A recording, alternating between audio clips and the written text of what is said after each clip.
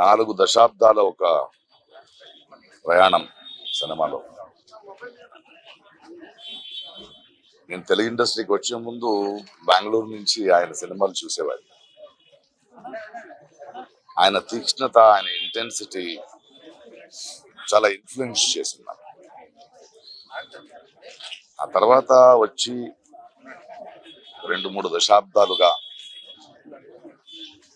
ఆయనతో పనిచేసిన అనుభవం, ఎన్నో సినిమాలు.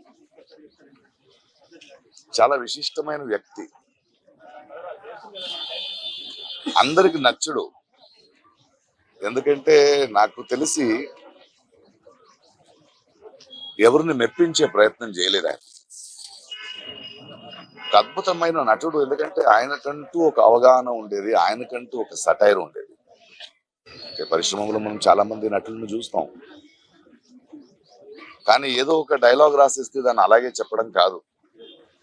దాని వెనక ఆయనకున్న ఒక అవగాహన ఉండేది, ఆయనది ఒక ప్రెజెన్స్ నాకు చాలా నచ్చేది. ఆయన ఎవరిని వదిలిపెట్టడు. ఎలాంటి మనిషి అంటే, అనయ్య అంబేద్కర్ అనే సినిమా రిలీజ్ అయ్యింది, ఎందుకో జనాలు చూడట్లేదు అంటే, ఏం లేదు ప్రకాష్, అది ఒక కట్అవుట్ పెట్టారు, ఆయన అక్కడెక్కడో చేయి చూపిస్తుంటే అక్కడ వెళ్ళిపోయారు. అంటే ఎటకారం కాదు అది, అలాంటి మంచి సినిమా చూడరు వీళ్ళు అనే ఒక ఆవేదన ఆయనలో ఉండేది. ఆయన నిరంతరంగా ఆయనలో చూసింది నేను, తెలుగు భాష, తెలుగు నటీనటులు, తెలుగు ప్రతిభలకి అంత పెద్ద ఎత్తున ఛాన్స్ దొరకట్లేదు. కొందరికి అది కుళ్ళు అనిపించేది, బట్ ఆయన ఆవేదన చాలా నిజమైందని నాకు అనిపించేది. ఒకసారి ఎవరో అడిగారు, ప్రకాష్ రాజ్ గారు పరభాష నటుడు కాదంటే, కాదండి, బట్ ఆయన తెలుగు నేర్చుకున్నాడు కదా, మనోడు అయిపోయాడు కదా. ఆయనకు అదొకటి ఉండేది, ఎందుకంటే నా భాషని తప్పుగా ఎవరో పలికిస్తారు, అనవసరంగా మన అవకాశాలను తీసుకెళ్ళిపోతారు అనేది చాలా నచ్చింది. ఆయనది సెటార్లు నా మీద కూడా వేసేవాడు ఆయన. నేను చాలా హ్యాపీ కదా నేను తీసుకునేవాడిని, ఎందుకంటే ఆ పెద్దరికం, ఎవరి గురించి అయినా ముక్కుసూటిగా కమెంట్ మాడొచ్చెను చేసే చనువు ఆయనకి సంపాదించుకున్న వ్యక్తి.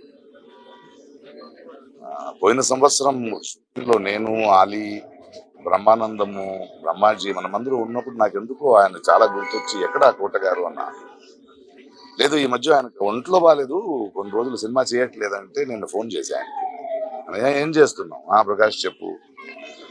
అలా కాదు, ఒంట్లో బాగలేదన్నారు, షూటింగ్ లేదన్నారు, ఇంట్లో ఏం చేస్తున్నారు, బండి పంపిస్తాను రండి అన్న. నేను ప్రొడక్షన్ నుంచి బండి పంపించాను, ఆయన వచ్చారు.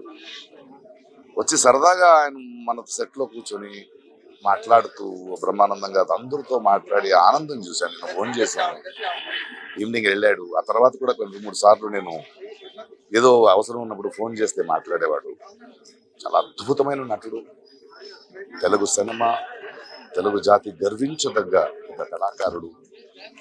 ఆయన చేయాల్సింది, ఆయన పాత్రలు మనం మర్చిపోలేము, ఆయన సటైర్లు మర్చిపోలేము.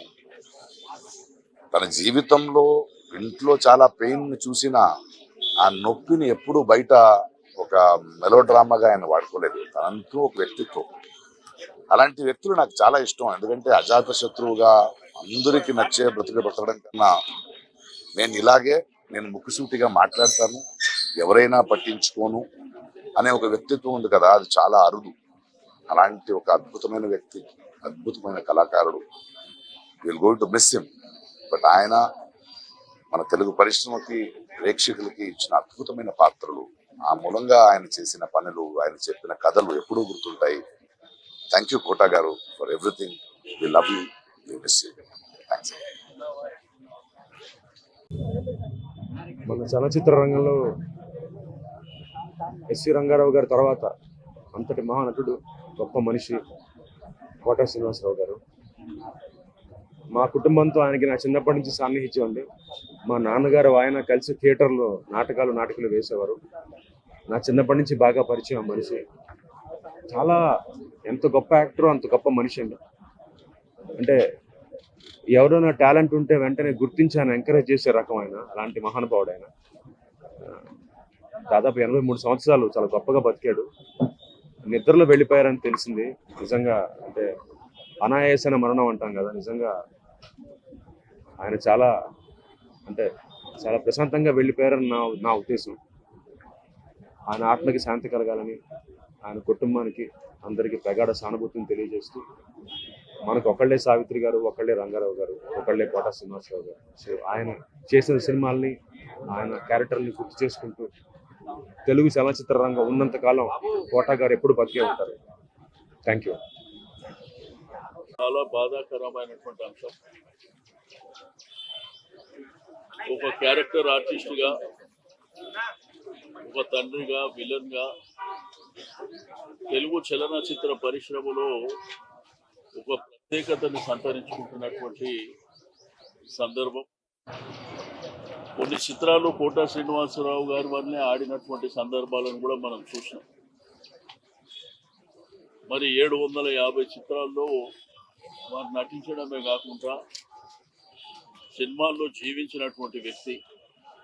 అనేకమైనటువంటి నంది అవార్డ్స్ కానివ్వండి, పద్మశ్రీ కానివ్వండి, పైమా అవార్డ్స్ కానివ్వండి, మరి వారికి వచ్చి రావడమే కాకుండా ఒక బ్యాంక్ ఎంప్లాయీగా, ఆ తర్వాత రంగస్థానంలో నాటకాలు వేస్తున్నటువంటి సందర్భంలో మరి చలనచిత్ర పరిశ్రమకు రావడం, వారి యొక్క సుదీర్ఘమైనటువంటి ప్రయాణం. కొంతమంది చరిత్రలో మరి పుట్టడం, చనిపోవడం అనేది సర్వసాధారణమైనప్పటికీ చరిత్రలో మిగిలిపోయేటువంటి వ్యక్తి కోట శ్రీనివాసరావు గారు. వారికి నాకు చాలా అనుబంధం. చాలా సందర్భాలలో వారి ఆరోగ్యరీత్యా కూడా నేను చాలా సందర్భాల్లో వారితో మాట్లాడడం. రెండోది, శాసనసభలో కూడా ఒక ఎమ్మెల్యేగా మేమందరం కలిసి పనిచేసినటువంటి సందర్భంలో ప్రతిరోజు వారి దగ్గర కూర్చొని చాలా విషయాలు నేర్చుకుంటున్నటువంటి సందర్భం అని చెప్పి నేను ఈ సందర్భంగా తెలియజేస్తూ, ఈరోజు చలనచిత్ర పరిశ్రమకు తీరని లోటు. ఇటువంటి గొప్ప నటుడిని కోల్పోవడం అనేది బాధాకరమైనటువంటి అంశం. మరి ఆ భగవంతుడు ఆ కుటుంబానికి ధైర్యాన్ని ఇవ్వాలని చెప్పి నేను ఈ సందర్భంగా తెలియజేస్తూ నా సంతాపాన్ని ప్రకటిస్తాను. మాట్లాడాలనిపించింది ఫస్ట్ టైం, బికాజ్ నేను ఒక యాక్టర్ లాగా, ఒక నటుడిలాగా నేను ఇండియాకి రాగానే ఆయనతో ఒక 45 రోజులు పనిచేసే అదృష్టం కలిగింది. బొమ్మరిల్లు, రాఖీ, క్లాస్మేట్స్ అని ఒక 3 సినిమాల్లో. అంటే ఒక జనరేషన్కి ఎస్వి రంగారావు గారు, ఈ జనరేషన్కి కోట గారు తప్పితే ఇంకా వేరే అంత విద్వత్తు ఉన్న నటులు లేరండి. అంటే అంటే అంత గొప్ప నటులు ఐ కాంట్ ఫైండ్. అయితే ఆయనతోటి పనిచేసి ఆయన దగ్గర నుంచి ఉన్న 45 రోజులు ఎంత నేర్చుకున్నానో నాకే తెలియదు. ఆల్మోస్ట్ మళ్ళీ అదొక యాక్టింగ్ ట్రైనింగ్ క్లాస్ లాగా. ఏమయ్యా రవి, కావాలంటే ఎక్కువ చేయి, డైరెక్టర్ తగ్గించుకుంటారు, అలా తక్కువ చేస్తే పనికిరాదు అని ఇలాగ చాలా, 1 కాదు 2 కాదు. ఐ థింక్ నా లైఫ్లో నా ఫేవరెట్ డెఫినెట్లీ కోట శ్రీనివాసరావు గారు. ఆయన ఈరోజు ఇక్కడ లేకపోవడం వెరీ సాడ్. ఇంకా బాధాకరం అంటే, నేను మన బర్త్డేకి వద్దాం అనుకున్నా, అది డిలే చేశాను. అది చాలా గిల్టీ ఫీలింగ్ వస్తుంది యాక్చువల్గా. బట్ ఐ థింక్ యూనో ఆయన మనశ్శాంతి కలగాలని, వాళ్ళ ఫ్యామిలీ అందరికీ నా కండోలెన్సెస్. తెలుగు రాష్ట్ర ప్రజలు, నటులు, లేకపోతే ప్రేక్షకులు, ఆల్ ఓవర్ ఇండియా ప్రేక్షకులు, ఆ మాటకు వస్తే అందరూ ఆయన వెలతిని చూస్తారు. I mean they will see it, they can feel it. So once again ఆయన మనసుకి శాంతి కలగాలని. Thanks for the opportunity. వినోదం కానీ చాలా సినిమాలు, అన్ని సినిమాలు ఆయనతో కాంబినేషన్ నాకు ఎక్కువ. ప్రతి సినిమాలో ఒక ఫాదర్ గాను, బాబాయ్ గాను, ఆయన ఒక ఇదిలాగా చేసిన సందర్భాలు ఉన్నాయి. ఆయన లేడనే విషయం ఏదైనా జీర్ణించుకోలేకపోతున్నాం. ఎందుకంటే రెగ్యులర్గా మాట్లాడుకుంటూ ఉంటాం. ఆయన అందరికీ ఫోన్ చేస్తారు, నాకు ఒక్కరికే కాదు, ప్రతి ఒక్క పర్సన్కి ఫోన్ చేసి ఆప్యాయంగా, చాలా రోజులైంది అలా ఒక ఆప్యాయంగా పలకరించే వ్యక్తి. ఆయన ఆత్మకి శాంతియుగలను కోరుకుంటున్నాను. ఎందుకంటే ఒక గొప్ప ఆర్టిస్ట్ మా ఇండస్ట్రీ కోల్పోయింది. రోషన్ గురించి ఏం చెప్పారు సార్? చాలా సినిమాలు మీరు ఫాదర్ క్యారెక్టర్ చేశారు కదా, సో వ్యక్తిగతంగా ఆయనతో అనుబంధం ఎలా? అదే అంతేనండి. ఎందుకంటే నేను ఎప్పుడు బాబాయ్ బాబాయ్ అని పిలుచుకుంటాం. ఇప్పుడు చాలా మంది ఇండస్ట్రీలో కొంతమందిని మాత్రమే పిలవగలం అట్లా, ఒక అన్నయ్యనో లేకపోతే కొంతమందిని ఒక పేరు పెట్టి కంటే బాబాయ్ బాబాయ్ అని పిలుచుకునే వ్యక్తి ఆయన. ఒక అంత గొప్ప వ్యక్తి. ఎందుకంటే మాకు ఫస్ట్ నుంచి అనుబంధం ఉంది కాబట్టి. క్రమశిక్షణ పరంగా ఏముంటారు సార్? ఆయన నటన పరంగా చాలా నేర్చుకుంటారు మీరు. క్రమశిక్షణ పరంగా, నటన పరంగా ఆయన నుంచి ఎలాంటి? నటన పరంగా ఆయన పేరు పెట్టేది ఏమంటారు, లెజెండ్ నిజంగా. ఎందుకంటే ఆయన దగ్గర నుంచి చాలా నేర్చుకున్నాం బిగినింగ్ డేస్ నుంచి. ఆయన టైమింగ్ కానీ, ఆయన పర్ఫార్మెన్స్ ఆయన దగ్గర నుంచి. ఎందుకంటే ఆయనతో చేయాలంటే మాకు ఒక ఛాలెంజింగ్ ఉండేది. ఆయన పక్కన ఒక పొడుగ్గా చేయాలన్నా, ఒక ఏదైనా చేయాలన్నా ఆయన టైమింగే వేరేగా ఉండేది.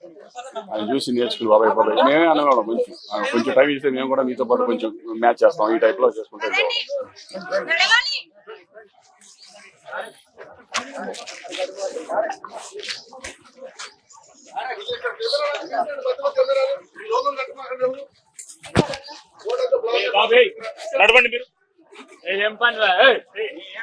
మాట్లాడాలి అంటే కోట శ్రీనివాసరావు గారి పెట్టింది పేరు. ఇటు తెలంగాణ సంబంధించిన అంశం గాని, అటు ఉత్తరాంధ్ర సంబంధించిన మాండలికం గాని, రాయలసీమ గాని, గోదావరి గాని అత్యంత అద్భుతంగా మాట్లాడగలిగి ఎటువంటి దాన్నైనా రంగరించగలిగే ఒక నైపుణ్యం కోట శ్రీనివాసరావు గారికి సొంతం.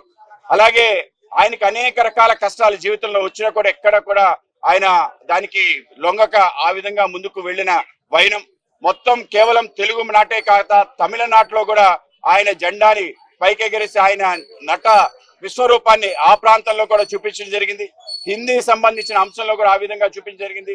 అమితాబ్ బచ్చన్ గారు ఆయన స్వయంగా పొగట్టడం జరిగింది. ఇంత అద్భుతంగా నటిస్తున్నావు అని చెప్పి, నీ దగ్గర నేను లెసన్స్ నేర్చుకోవాలని చెప్పి బాహాటంగా మాట్లాడటం, ఇటువంటి అనేక రకాల ఉద్దాంతాలు ఉన్నాయి. అటువంటి గొప్ప వ్యక్తిత్వం కలిగిన కోట శ్రీనివాసరావు గారు లేరనేది యావత్ తెలుగు జాతికి తీరని లోటు. భారతీయ జనతా పార్టీ కూడా ఒక మంచి వ్యక్తి, అనేక విషయాల్లో సామాజిక స్పృహ కలిగి అనేక రకాల విషయాల్లో ముందుండి నడిచే కోటా శ్రీనివాసరావు లేవటం మా పార్టీ కూడా తీవ్ర నష్టంగా భావిస్తూ ఆయన కుటుంబ సభ్యులకి ప్రగాఢ సానుభూతి తెలియజేస్తూ ఆయనకి, ఆయన ఆత్మకి సద్గతులు ప్రాప్తించాలని ఆ భగవంతుని ప్రార్థిస్తున్నారు. ఆర్టిస్టులకనే కాదు, కళాకారులకి చావు అనేది భౌతికమే కావచ్చు, ఎప్పటికీ ప్రేక్షకుల మనసుల్లో నిలిచిపోయేలా ఉండే అద్భుతమైన నటుడు ఆయన. జంజాల గారి దర్శకత్వంలో ఆయన నటించినటువంటి అహనా పెళ్ళంట అనేది నా ఆల్ టైమ్ ఫేవరెట్స్లో ఒక సినిమా. సో ఆయన కొంతకాలంగా అనారోగ్యంతో ఉన్నారని తెలుసు, కానీ ఇంత త్వరగా మన మధ్య నుంచి భౌతికంగా దూరం అయిపోతారనేది నేను ఊహించలేదు. సో ఇది మాకందరికీ షాకింగ్ న్యూస్. సో ఆయన మృతికి నా సానుభూతిని తెలియజేస్తూ, ఆయన కుటుంబానికి నా ప్రగాఢ సానుభూతిని తెలియజేస్తున్నాను. రవి గారు, భీమనేని శ్రీనివాస్ గారు చెప్పారు. ముఖ్యంగా మాకు వారి బిగినింగ్ ప్రయాణం అంటే స్టార్టింగ్లో ఆయన తొలి రోజుల్లో ఉన్న ప్రయాణం మా అందరికీ అనుబంధం అనమాట. అందువల్ల శ్రీను చెప్పినట్లుగా వందే మాతరం సినిమా చాలా మందికి బ్రేక్ ఇచ్చినటువంటి సినిమా. ముఖ్యంగా కోటా గారికి కూడా చాలా పెద్ద బ్రేక్ అది. ఆ తర్వాత ప్రతిఘటన. సో అట్లా టి కృష్ణ గారు, మా అన్నగారు టి కృష్ణ గారు, మాదాల రంగారావు, వీళ్ళ ఈ నేపథ్యానికి ఆయనకు ఎక్కువ దగ్గర సాన్నిధ్యం ఉంది. తర్వాత కాలంలో అందరూ ఇక్కడ ఫిలిం నగర్లోనే ఉంటాం కాబట్టి చాలా సందర్భాల్లో వారిని కలవడం జరిగింది. సరే, అనారోగ్యం అందరికీ వచ్చేది తప్పకుండా. నిజంగా ఆయన చాలా గొప్ప అచీవ్మెంట్ చేశాడు. మనం అందరం గుర్తుపెట్టుకునే ఒక గొప్ప మహానటుడు. వారి మరణం నిజంగా తెలుగు సినిమా పరిశ్రమకు చాలా తీరని లోటు. వారి కుటుంబ సభ్యులకు ప్రగాఢ సానుభూతిని, సంతాపాన్ని తెలియజేసుకుంటున్నాను.